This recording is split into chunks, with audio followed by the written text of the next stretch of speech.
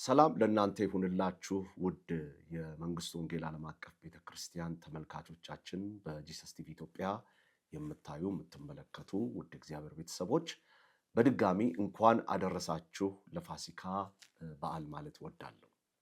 በአንደኛ ጴጥሮስ ምዕራፍ 1 ከቁጥር 3 እስከ 5 ድረስ የእግዚአብሔር ቃል እንደዚህ ይላል። ኢየሱስ ክርስቶስ ከሙታን በመነሳቱ ለሕያው ተስፋና ለማይጠፋ እድፈት ለሌለበት ለማያልፍ ርስት እንደ ምሕረቱ ብዛት ሁለተኛ የወለደን የጌታችን የኢየሱስ ክርስቶስ አምላክና አባት ይባረክ። ይህም ርስት በመጨረሻው ዘመን ይገለጥ ዘንድ ለተዘጋጀ መዳን በእምነት በእግዚአብሔር ኃይል ለተጠበቃችሁ ለእናንተ በሰማይ ቀርቶላችኋል ይላል። እንኳን አደረሳችሁ ውድ እግዚአብሔር ቤተሰቦች። በዚህ ቀን በዚህ የትንሣኤ ቀን የኢየሱስን ክርስቶስ ሞትና ትንሣኤ መነሳቱን እያከበርን በአንድነት ተሰባስበን የእግዚአብሔር ቃል የሚለውን የምንከፋፈልበት ጊዜ ይሆናል። ውድ የመንግስቱ ወንጌል ዓለም አቀፍ ቤተክርስቲያን እንዲሁም ደግሞ በመላው ዓለም ያላችሁ በመጋቢት 27 በተካሄደው የቤተክርስቲያናችን የአንድነት የማዕድ ፕሮግራም ላይ እጅግ እግዚአብሔርን የምናመሰግንባቸው ታላቅ የሆነ የህብረት የአንድነት እንዲሁም ደግሞ በአንዱ በጌታችን በመድኃኒታችን በኢየሱስ ክርስቶስ በኩል የነበረንን ቤተሰባዊነት በትንሣኤው ሕይወት ያገኘነውንም ደግሞ አንድነት ያጠናከረ ጠንካራ የሆነ የህብረት ጊዜ ነበረንና በዛ ጊዜ በነበረው አገልግሎት ከገጠር ከኢትዮጵያ ውጪ እንዲሁም በመላው ዓለም ከነበራችሁ ስራዎችና ከነበራችሁ ማህበራዊ ህይወት አቋርጣችሁ ቀጥታ ወደ መንግስቱ ወንጌል ዓለም አቀፍ ቤተክርስቲያን የተገኛችሁ የተካፈላችሁ በዕለቱም ደግሞ በቤተክርስቲያን አባላቶቻችን አንድነት ጠብቃችሁ የአንድነት መንፈስ አሳይታችሁ የተካፈላችሁ የተገኛችሁ ያገለገላችሁ እግዚአብሔር አምላክ ይባርካችሁ ማለት እወዳለሁ። እንግድነትን በክርስቶስ ፍቅር ያለንን ህብረት ያሳያችሁ ማለቴ ነው። ክርስቶስ ኢየሱስ ከመቃብር በኩር ሆኖ ተነስቷል። እንኳን አደረሳችሁ። ውድ የእግዚአብሔር ቤተሰቦች በመላው ዓለም ያላችሁ ትንሣኤ ለምን በዋናነት ያስፈልጋል የሚለውን ሐሳብ አነሳለሁ። አንደኛ ቆሮንቶስ ምዕራፍ 15 ከ3 እስከ 4 እንደዚህ ይላል። እኔ ደግሞ የተቀበልኩትን ከሁሉ በፊት አሳልፌ ሰጠኋችሁ እንዲህ ብዬ፣ መጽሐፍ እንደሚል ክርስቶስ ስለ ኃጢአታችን ሞተ ተቀበረም፣ መጽሐፍ እንደሚል በሦስተኛውም ቀን ተነሳ። ከዚያም በኋላ ከ500 ለሚበልጡ ወንድሞች በአንድ ጊዜ ታየ። ከነሱም የሚበዙት እስካሁን አሉ፣ አንዳንዶች ግን አንቀላፍተዋል ይላል። ከዚህም በኋላ ለያዕቆብ ኋላም ለሐዋርያቱ ሁሉ ታየ። ከሁሉም በኋላ እንደ ጭንጋፍ ለመሆን ለእኔ ደግሞ ታየኝ። እኔም ከሐዋርያት ሁሉ የማንስ ነኝና የእግዚአብሔርን ቤተ ክርስቲያን ስላሳደድኩ ሐዋርያ ተብዬ ልጠራ የማይገባኝ፣ ነገር ግን በእግዚአብሔር ጸጋ የሆንኩትን እኔ ነኝ። ለእኔም የተሰጠኝን ጸጋ ከንቱ አልነበረም፣ ከሁላችሁ ይልቅ ግን ደከምኩ። ዳሩ ግን ከእኔ ጋር ያለው የእግዚአብሔር ጸጋ ነው እንጂ እኔ አይደለሁም። እንግዲህስ እኔ ብሆን እነርሱም ቢሆኑ እንዲሁ እንሰብካለን፣ እንዲሁም አመናችሁ ይላል። ክብር ሁሉ ለእግዚአብሔር ይሁን። መሰረታዊ እምነቶቻችንን የሚያጠናክር የፋሲካ ክስተቶች ተከስተዋል። አንደኛው በሦስተኛው ቀን መቃብርን ፈንቅሎ ተነስቷል። ለብዙዎችም ደግሞ የእግዚአብሔር ቃል አንደኛ ቆሮንቶስ ምዕራፍ 15 እንደሚያብራራው ሌሎች የእግዚአብሔርም ቃል እንደሚያጠናክሩት ከቁጥር 3 እስከ 4 ተቃውሞ ላለበት ክርክር ላለበት ለዚህ ዓለም በሦስተኛው ቀን አልተነሳም ለሚሉ መጽሐፍ ቅዱሳችን ጠንካራ መልስ ይመልሳል። ፋሲካን አንደኛው የምናከብርበትና ፋሲካን ደግሞ በዚህ አይነት መንገድ ትንሣኤን የምናጠናክርበት ዋና ምክንያት ኢየሱስ ክርስቶስ ከመቃብር በሦስተኛው ቀን ለብዙዎች እየታየ ተነስቷል። ውድ እግዚአብሔር ቤተሰቦች ይህ ብቻ አይደለም። በመላው ዓለም ይህንን ትምህርት የሚቃወሙ ይህንን የመጽሐፍ ቅዱስ እውነት የሚቃወሙ እጅግ ታላላቅ የሆኑ ቀደምት የሆኑ ነዋሪዎች የሆኑ የእግዚአብሔር ቃል የሚለውን የሚቃወሙ ብዙ አይነት ትምህርቶች፣ ጥንታዊነት ያላቸው መሰረቶች አሉ። ከዚህም አንዱ ጌታ ኢየሱስ ክርስቶስ በስጋ አልተነሳም የሚል ነው። ክብር ለእግዚአብሔር ይሁን። ማለት ምን ማለት ነው? በሶስተኛው ቀን መቃብርን ፈንቅሎ አልተነሳም፣ ለብዙዎች አልታየም የሚል ነው። አንደኛ ቆሮንቶስ ምዕራፍ 15 ቁጥር 3-4 በግልጽ ይናገራል። ለብዙዎች ለነ ያዕቆብ እንደታየ ይናገራል። ለደቀ መዛሙርቱ እንደታየ ይናገራል። እንደ ጭንጋፍ ለመሆነው ለኔም ይላል ሐዋርያ ቅዱስ ጳውሎስ ታየኝ ይላል። ስለዚህ ጌታ ኢየሱስ ክርስቶስ መቃብር ፈንቅሎ ለብዙዎች እየታየ አድርጓል። ክብር ሁሉ ለእግዚአብሔር ይሁን። ሌላው የሚቃወሙ ትምህርቶች መካከል አንዱ እርሱ በስጋ አልተነሳም የሚል ነው። የሉቃስ ወንጌል ምዕራፍ 24 ቁጥር 39 ላይ እንዲህ ይላል፣ እኔ ራሴ እንደሆንኩና እጆቼንና እግሮቼን እዩ። እኔ ራሴ እንደሆንኩ እጆቼን እግሮቼን እዩ። በእኔም እንደምታዩት መንፈስ ስጋና አጥንት የለውም እና እኔን ዳሳችሁ እዩ። ይህም ብሎ እጆቹንና እግሮቹን አሳያቸው። እነርሱም ከደስታ የተነሳ ስላላመኑ ሲደነቁ ሳለ በዚህ አንዳች የሚበላላችሁን አላቸው። ከእነርሱም ከተጠበሰ ዓሣ አንድ ቁራጭ ከማር ወለላም ሰጡ። ተቀብሎም በፊታቸው በላ። እርሱም ከእናንተው ጋር ሳለው በሙሴ በሕግ ነቢያት በመዝሙራት ስለ እኔ የተጻፈው ሁሉ ይፈጸም ዘንድ ብዬ ነገርኳችሁ ቃሌ ይሄ ነው አላቸው። በዚህ ጊዜ መጽሐፍት ያስተውሉ ዘንድ አእምሯቸውን ከፈተላቸው። እንዲህም አላቸው፣ ክርስቶስ መከራን ይቀበላል፣ በሦስተኛውም ቀን ከሙታን ይነሳል። በስሙ ንስሐ የኃጢአት ስርየት ከኢየሩሳሌም ጀምሮ በአሕዛብ ሁሉ ይሰበካል ተብሎ እንዲህ ተጽፏል። እናንተም ለዚሁ ምስክሮች ናችሁ። እነሆም አባቴ የሰጠውን ተስፋ እኔ እልክላችኋለሁ። እናንተ ግን ከላይ ኃይል እስክትቀበሉ ከኢየሩሳሌም አትውጡ ብሎ አላቸው። ስለዚህ የመጀመሪያው መልስ የሚሰጠው ከሚቃወሙ ትምህርቶች መካከል ፋሲካን ወይም ትንሣኤን ከምናከብርበት አንዱ እርሱ በስጋ አልተነሳም ለሚሉ ጌታ ኢየሱስ የሰጠው መልስ በሉቃስ ወንጌል ምዕራፍ 24 ቁጥር 39 ላይ እጆቼንና እግሮቼን እዩ ይላል። አካል አለው፣ እጅና እግር አለው። ይህንንም እንዲመለከቱ ይህንን አዟል። ክርስቶስ በስጋ ተነስቷል፣ በመንፈስ ብቻ አይደለም። ሁለተኛ፣ ሰዎች ህልምን አዩ እንጂ የሚል ሐሳብ አለ። በአንዳንድ ኑፋቄ በሆኑ ትምህርቶች ህልምን አዩ እንጂ በእርግጥ አልተመለከቱትም፣ አላዩትም፣ በአካል አላወቁትም ወይም ደግሞ አላዩትም የሚል አርጊውመንቶች አሉ። አንደኛ ቆሮንቶስ ምዕራፍ 15 የእግዚአብሔር ቃል ሲናገር ቁጥር 6 እንዲህ ይላል፣ ከዚህም በኋላ ይላል ከዚህም በኋላ ከ500 ለሚበዙ ወንድሞች በአንድ ጊዜ ታየ። ከነርሱም የሚበዙት እስካሁን አሉ፣ አንዳንዶቹ ግን አንቀላፍተዋል። ከዚያም በኋላ ለያዕቆብ ኋላም ለሐዋርያቱ ሁሉ ታየ። ከዚህም በኋላ እንደ ጭንጋፍ ለመሆን ለእኔም ታየ ይላል የእግዚአብሔር ቃል። ምን ማለት ነው? ህልም አይደለም። ተጨባጭ በሆነ መንገድ ህልም በብዙ ሰዎች በአንድ ጊዜ እይታ ውስጥ አይታይም። ተደጋጋሚ መገለጥም አይደለም። ይህ ህልም ሳይሆን እውነተኛ ክስተት ጌታ ኢየሱስ መቃብርን ፈንቅሎ ከ500 ለሚበልጡት ታየ። እግዚአብሔር ክብሩን ይውሰድ።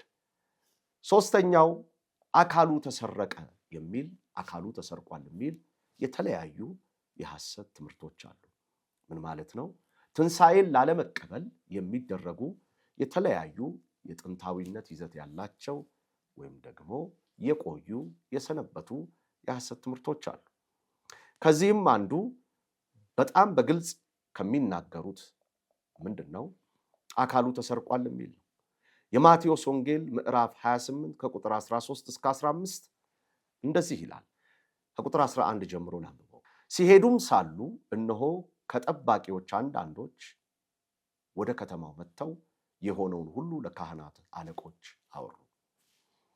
ከሽማግሌዎችም ጋር ተሰብስበው ተማከሩና ለጭፍሮቹ ብዙ ገንዘብ ሰጧቸው። እኛም ተኝተን ሳለ ደቀ መዛሙርቱ በሌሊት መጥተው ሰረቁት በሉ። ይህም በገዢው ዘንድ የተሰማ እንደሆነ እኛ እናስረዳዋለን፣ እናንተም ያለ ስጋት እንድትሆኑ እናደርጋለን አሏቸው። እነርሱም ገንዘብ ተቀብለው እንዳስተማሯቸው አደረጉ። ይህም ነገር በአይሁድ ዘንድ እስከ ዛሬ ድረስ ሲወራ ይኖራል ይላል። ክብር ለእግዚአብሔር ይሁን። ምን ማለት ነው? በጭፍሮች በአለቆች ትምህርት፣ በአለቆች ማስተማር ወይም ደግሞ በአለቆች ዋና አቀናባሪነት ከሽማግሌዎች ጋር ተሰብስበው አለቆች ባዘጋጁት ወይም ደግሞ ሽማግሌዎች ባዘጋጁት ወይም ደግሞ የከተማው ሰዎች ባዘጋጁት መጽሐፍ ቅዱስ ሽማግሌዎች፣ አለቆቻቸውና ጸሐፍቶች፣ ሊቀ ካህናቶች የሚለውን ሐሳብ ያንጸባርቃል። ለዚህም ማንጸባረቂያ ወይም ደግሞ ለዚህም ማሳያ የሚሆን ይረዳን ዘንድ ከሽማግሌዎች ጋር ተሰብስበው ተማከሩ፣ ለጭፍሮቻቸውም ብዙ ገንዘብ ሰጥተዋቸው ለሚሆን ማስረጃ በሐዋርያት ሥራ ምዕራፍ 4 ከቁጥር 5 እስከ 6 በነገውም አለቆቻቸው፣ ሽማግሌዎቻቸው፣ ጸሐፍት፣ ሊቀ ካህናት ሐናም፣ ቀያፋም፣ ዮሐንስ እስክንድሮስ የሊቀ ካህናቱም ዘመድ የነበሩት ሁሉ በኢየሩሳሌም ተሰበሰቡ። እነርሱንም በመካከል አቁመው በምንስ ኃይል ወይም በማንስ ስም እናንተ ይህን አደረጋችሁ ብለው ጠየቋቸው ብሎ የእግዚአብሔር ቃል ያስረዳል። ምን ማለት ነው? አለቆቻቸው ሲል ሽማግሌዎች፣ ጸሐፍት፣ ካህናትን የሚወክል እንደሆነ የእግዚአብሔር ቃል ያስረዳል። ማቴዎስ ወንጌል ምዕራፍ 28 ከቁጥር 11 ጀምሮ እስከ 15 ያለው ትርኢት ምንድን ነው? ለጭፍሮች ማለት መቃብሩን ለሚጠብቁት ሰው እንዲያወሩ የተደረገው ነገር ምንድን ነው? በኩለ ሌሊት ተኝተው ሳለ ጠባቂዎች ተኝተው ሳለ፣ ጭፍሮች ተኝተው ሳለ ደቀ መዛሙርቱ መጥተው በሌሊት ሰረቁት የሚል ትምህርት እንዲሰራጭ፣ መከላከያ እንዲሰላጭ አደረጉ። ስለዚህ መጽሐፍ ቅዱስ ይህንን ሰው እንዳልሰረቀው፣ ማንም እንዳልወሰደው ይህንን ማስረጃ ይናገራል። ምን ማለት ነው? ክብር ሁሉ ለእግዚአብሔር ይሁን። እግዚአብሔር ከሙታን በኩር ሆኖ እንዲያስነሳው አደረገው እንጂ ማንም ሰው ምን አላለውም፣ መቃብሩን ከፍቶ የጌታ ኢየሱስን ሬሳ ይሰርቁ ዘንድ አልሆነም። ይህ ወሬ በከተማይቷ ሲወራ የነበረው ከዛ ዘመን ጀምሮ ሲከሰት የነበረው አንደኛ በተከፈላቸው የገንዘብ ክፍያ እንጂ መጽሐፍ ቅዱሳዊ መሰረት የሌለው መሆኑን ሰው እንዳልሰረቀው፣ ጌታ እግዚአብሔር ግን ከሙታን በኩር አድርጎ እንዳስነሳው ማሳመኛ መጽሐፍ ቅዱሳዊ መረጃዎች አሉ። አራተኛ ኢየሱስ አልሞተም የሚል የተለያዩ አይነት ትምህርቶች አሉ። ኢየሱስ አልሞተም፣ እርሱ ሞት አልደረሰበትም ይላሉ። የዮሐንስ ወንጌል ምዕራፍ 19 ቁጥር 34 ደግሞ መልስ ይሰጣል። ነገር ግን ከጭፍሮቹ አንዱ ጎኑን በጦር ወጋው፣ ወዲያው ደምና ውሃ ወጣ ይላል። ያየውም መስክሯል፣ ምስክሩም እውነት ነው። እናንተ ደግሞ ታምኑ ዘንድ እርሱ እውነት እንዲናገር ያውቃል። ይህ የሆነው ከእርሱ አጥንት አይሰበርም የሚለው የመጽሐፍ ቅዱስ ቃል እንዲፈጸም ነው። ደግሞም ሌላው መጽሐፍ የወጉት ያዩታል ይላል። ስለዚህ ከጌታ ከኢየሱስ ክርስቶስ ደምና ውሃ ወጣ ይላል። ስለዚህ ሞት አልደረሰበትም ለሚሉት ሞቷል። እርሱ በእውነት ሞተ እንጂ አልደከመም። ሌላው ማስረጃ የዮሐንስ ወንጌል ምዕራፍ 19 ቁጥር 33 ላይ እንደዚህ ይላል።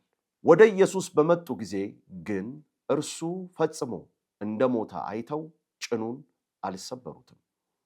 ነገር ግን ከጭፍሮቹ አንዱ ጎኑን በጦር ወጋው፣ ወዲያው ደምና ውሃ ወጣ። ያየውም መስክሯል፣ ምስክሩም እውነት ነው። እናንተ ደግሞ ታምኑ ዘንድ እውነት እንዲናገር ያውቃል ይላል። ስለዚህ ይህንን ምን ተመልክተዋል? ኢየሱስ እንደሞተ ጭኑንም እንዳልሰበሩት የመጽሐፍ ቅዱስ ማረጋገጫ አለን። ነገር ግን ከጭፍሮቹ አንዱ ጎኑን በጦር ወጋው፣ ወዲያውም ደምና ውሃ ወጣ ይላል። ስለዚህ መጽሐፍ ቅዱሳችን ኢየሱስ አልሞተም ለሚል ደምና ውሃ እንደወጣ እንደሞተም በዓይናቸው እንደተመለከቱም ማረጋገጫ ይሰጣል። አልደከመም፣ ሞቷል።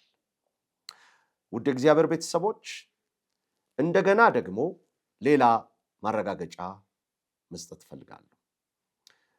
ትንሣኤ ታሪክ ነው፣ ወይም ደግሞ ትንሣኤ ጀስት ወሬ ብቻ ነው እንጂ ማስረጃ የለም የሚል ማረጋገጫ የሌለው የተለያዩ ክርክሮች የሚናገሩ አሉ። የመጀመሪያ ምስክሮች መጽሐፍ ቅዱሳችን መልስ የሚሰጠው ሴቶቹ ናቸው። በዚያ ዘመን የሴቶች ምስክርነት አይታመንም ነበር። ስለዚህ ለእንዲህ አይነት ግብረ መልስ፣ ለእንዲህ አይነት ክርክራቸው የሴቶች ምስክርነት አይታመንም፣ በዚያ ዘመን የሴቶች ምስክርነት አይታመንም፣ አይሰማም፣ የተፈጠረ ታሪክ ነው እንጂ እንዲህ አይነት ማስረጃ የለም ለሚሉት ዲፌንስ ለማድረግ ማቴዎስ 28 ቁጥር 6 እንደዚህ ይላል፣ እንደተናገረ ተነስቷል፣ በዚያ የለም፣ የተኛበትንም ስፍራ ኑና እዩ፣ ፈጥናችሁም ሂዱና ከሞት እንደተነሳ እነሆ ወደ ገሊላ ይቀድማችኋል፣ በዚያም ታዩታላችሁ ብላችሁ ለደቀ መዛሙርቱ ንገሯቸው። ይህን የተናገረው የጌታ መልአክ ነው። በሰንበት መጀመሪያ ቀን ሲነጋ መግደላዊት ማርያምና ሁለተኛይቱ ማርያም መቃብሩን ሊያዩ በመጡ ጊዜ በማቴዎስ ወንጌል ምዕራፍ 28 ከቁጥር 1 ጀምሮ እነሆ የጌታ መልአክ ስለወረደ ታላቅ የምድር መናወጥም ሆነ፣ ቀርቦ ድንጋዩን አንከባሎ በላዩ ተቀመጠ፣ መልአኩም እንደ መብረቅ ልብሱ እንደ በረዶ ነጭ ነበር። ጠባቂዎቹም እርሱን ከመፍራት የተነሳ ተናወጡ፣ እንደ ሞቱም ሆኑ። መልአኩ መልሶ ሴቶቹን አላቸው፣ እናንተስ አትፍሩ፣ የተሰቀለውን ኢየሱስን እንድትሹ አውቃለሁና እንደተናገረ ተነስቷል፣ በዚህ የለም፣ የተኛበትን ስፍራ ኑና እዩ፣ ፈጥናችሁም ሂዱ፣ ከሙታን ተነሳ፣ እነሆ ወደ ገሊላ ይቀድማችኋል፣ በዚያም ታዩታላችሁ ብላችሁ ለደቀ መዛሙርቱ ንገሯቸው። እነሆም ነገርኳችሁ። በፍርሃትና በታላቅ ደስታ ፈጥነው ከመቃብርም ሄዱ፣ ለደቀ መዛሙርቱም ሊያወሩ ሮጡ። እነሆ ኢየሱስ አገኛቸውና ደስ ይበላችሁ አላቸው። እነርሱም ቀርበው እግሩን ይዘው ሰገዱለት። በዚያም በገሊላ እንዲሄዱ ለወንድሞቹ መልእክቱ እንዲነገር እንዳዘዘው እነሆ እንደተናገረው መቃብሩ ባዶ ሆኗል ይላል እግዚአብሔር ቃል። ስለዚህ የተፈጠረ ታሪክ ኖሮ ሳይሆን መቃብሩ ባዶ ሆኖ ነው። ብዙ ምስክሮች ይላል የእግዚአብሔር ቃል ማረጋገጫ አለን፣ ብዙ ሰዎች እንዳዩ። አንደኛ ቆሮንቶስ ምዕራፍ 15 የተመለከትን እንደሆነ ከቁጥር 1 ጀምሮ ብንመለከተው ወንድሞች ሆይ የሰበኩላችሁ ደግሞ የተቀበላችሁት በእርሱም ደግሞ የቆማችሁበት በእርሱም ደግሞ የምትድኑበትን ወንጌል እሰብካችኋለሁ ወይም አሳስባችኋለሁ ይላል።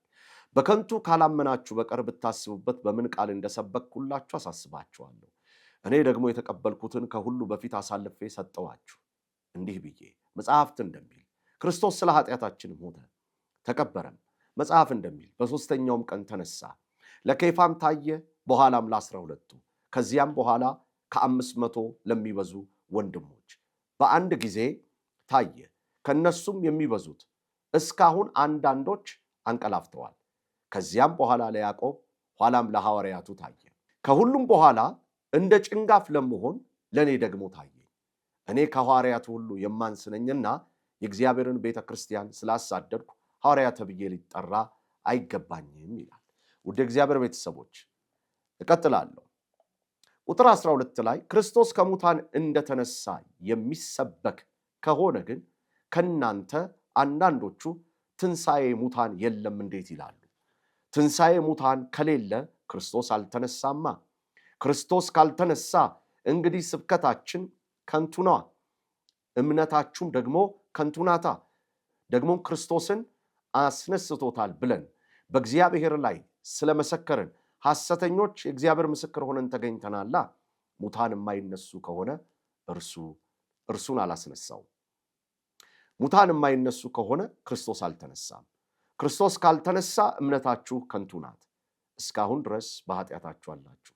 እንግዲህ በክርስቶስ ያንቀላፉት ደግሞ ጠፍተዋላ። በዚህች ሕይወት ብቻ ክርስቶስን ተስፋ ያደረግን ከሆነ ከሰው ሁሉ ይልቅ ምስኪኖች ነን። አሁን ግን ላንቀላፉት በኩራት ሆኖ ከሙታን ተነስቷል። ሞት በሰው በኩል ስለመጣ ትንሣኤም ሙታን በሰው በኩል ሆኗል። ሁሉ በአዳም እንደሚሞቱ እንዲሁ ሁሉ በክርስቶስ ደግሞ ሕያዋን ይሆናሉ። ነገር ግን እያንዳንዱ በራሱ ተራ ይሆናል። ክርስቶስ እንደ በኩራት ነው፣ በሁሉ በመምጣቱ ለክርስቶስ የሆኑ ናቸው ይላል። ክብር ሁሉ ለእግዚአብሔር ይሁን። ውድ እግዚአብሔር ቤተሰቦች፣ ከፍተኛ የሆነ እውነት የቤተ ክርስቲያን መጀመር፣ የደቀ መዛሙርት ለውጥ፣ የብዙዎች ምስክርነት፣ የዘላለም ሕይወት ማረጋገጫ፣ ከምድር በላይ ላለን የሰማይ ተስፋ የተገባልን ቃል ኪዳን የተረጋገጠው በትንሣኤ ነው። ውድ እግዚአብሔር ቤተሰቦች፣ ትንሣኤ ከሌለ የወንጌል እምብርት ከንቱ። ወንጌል እምብርቱ ምንድን ነው ቢባል ትንሣኤ ነው። የምንኖርለት በምድር ላይ ስንጓዝ በዚህ ምድራዊ ድንኳን ውስጥ ስንኖር ተስፋ የምናደርገው የትንሣኤ መኖር ነው። የትንሣኤን መኖር በሚቃወም መልኩ እጅግ ብዙ ሐሰት ትምህርቶች ተነስተዋል። አልሞተም፣ ህልም ነው፣ ምስክርነቱ አይታመንም፣ ሐሰት ነው፣ ከላይ ቀደም ብዬ እንዳነበብኩላችሁ ወዘተረፈ። ምን ማለት ነው? መሰረታዊ የሆነውን እምነታችንን ኢየሱስ ክርስቶስ እውነተኛ ሞት እንደሞተ በመስቀል ላይ በሦስተኛውም ቀን ከሙታን በኩር ሆኖ እንደተነሳ ለብዙዎች እየታየ ከ500 በላይ ለሚሆኑት እየታየ ለነ ኬፋ እየታየ እንደ ጭንጋፍ ለሚቆጠሩት እየታየ ለ12ቱ ደቀ መዛሙርት እየታየ የተረጋገጠ በክብር ያረገ መንፈሳዊ ትንሣኤ ብቻ ሳይሆን በሉቃስ ወንጌል ምዕራፍ 24 ቁጥር 39 ላይ እጆቼንና እግሮቼን እዩ ብሎ አካል ያለው ሆኖ ክብር ለእግዚአብሔር ይሁን እጅና እግሩን አሳይቶ ያረገ ልዩ የሆነ የትንሣኤ ጌታ ነው ያለ። ውድ እግዚአብሔር ቤተሰቦች፣ ዛሬ ለእናንተ የምናገረው ይሄ ነው። በሚታይ በሚጨበጥ በሚዳሰስ መልኩ ከመቃብር ውስጥ ሬሳውን ደቀ መዛሙርቶች ባልሰረቁት መልኩ ከሙታን በኩር ሆኖ ለነ መቅደላዊ ተመስክሮ በመላእክቱ አማካኝነት ራሱ ጌታ ኢየሱስ ተስፋ ላደረጉት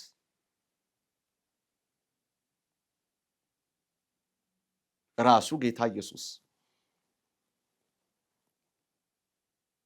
ከመቃብር መነሳቱን ባረጋገጠ መንገድ ሕያውን ከሙታን መካከል ለምን ትፈልጉታላችሁ በሚል የምስራች የጌታ የኢየሱስ ክርስቶስ የትንሣኤ እውነት የወንጌል እምብርት ሆኗል። ውድ እግዚአብሔር ቤተሰቦች እንኳን አደረሳችሁ። መቃብሩ ባዶ ነው። ምስክሮች አሉ። ደቀ መዛሙርቱም ተለውጠዋል። ትንሣኤ እውነት ነው። ክርስቶስ ካልተነሳ እውነት፣ ወንጌል፣ እምነት ባዶ ነው። ነገር ግን ክርስቶስ ከሙታን በኩር ሆኖ ተነስቷል። ውድ እግዚአብሔር ቤተሰቦች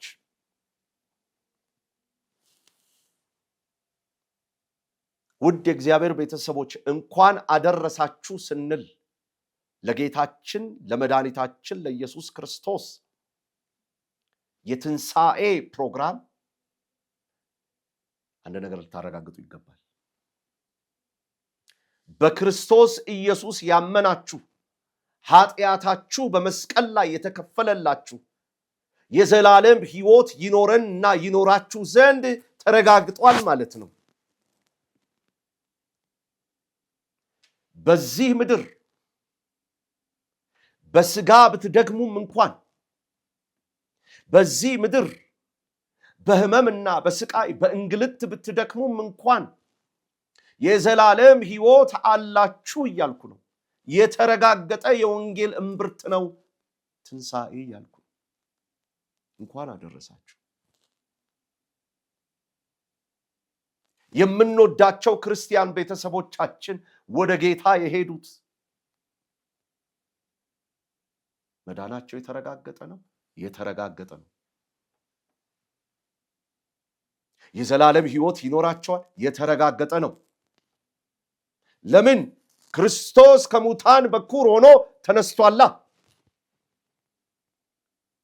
ተነስቷል። ስለዚህ እኛም ከሙታን ማንነታችን ጌታ ኢየሱስ ክርስቶስ ሲመጣ ወይ ወደሱ ስንሄድ በትንሣኤ ቀን ከበጉ ጋር እንገናኛለን ማለት ነው። ውድ እግዚአብሔር ቤተሰቦች ወንጌል እውነት የሆነበት እምነታችን ባዶ ያልሆነበት ከሙታን በኩር ሆኖ ተነስቷል። ውድ እግዚአብሔር ቤተሰቦች መቃብሩ ባዶ ነው። እርሱ እንደተናገረ በዚያ የለም። ከሙታን በኩር ሆኖ ተነስቷል። መልካም የትንሣኤ ፕሮግራም ይሁንላችሁ። እምነታችሁ የተረጋገጠበት ዋና የሆነ ልዩ ፕሮግራሞቻችን ናቸውና ይህንን የትንሣኤ ፕሮግራም ደህንነታችሁ፣ መዳናችሁ የማይጠፋ መሆን ትንሣኤ እንዳለ በእኔ የሚያምንብኝ ቢሞት እንኳን ሕያው ይሆናል ስላለ በእውነት በብዙ አይነት መንገድ ብትንገላቱ በዚች ምድር ትንሣኤ እንዳለ ታውቁታል። ትንሣኤ እውነት ነው። ከሞት ወደ ሕይወት ተሻግረናል። ዕዳ ተከፍሎልናል። በመስቀል ላይ ጌታ ኢየሱስ ክርስቶስ ስለ እኔና ስለ እናንተ ዋጋ ከፍሏል። እንኳን አደረሳችሁ። ትንሣኤ ካለ ሙታን ትንሣኤ ካለ የዘላለም ሕይወታችን የተረጋገጠ ሆኗል። ለዚህ ውድ እግዚአብሔር ቤተሰቦች የመጨረሻ መልእክቴ ድጋሚ ይሄ ነው። እንኳን አደረሳችሁ። ከመንግስቱ ወንጌል ዓለም አቀፍ ቤተክርስቲያን ጂሰስ ቲቪ ኢትዮጵያ መልካም ትንሣኤ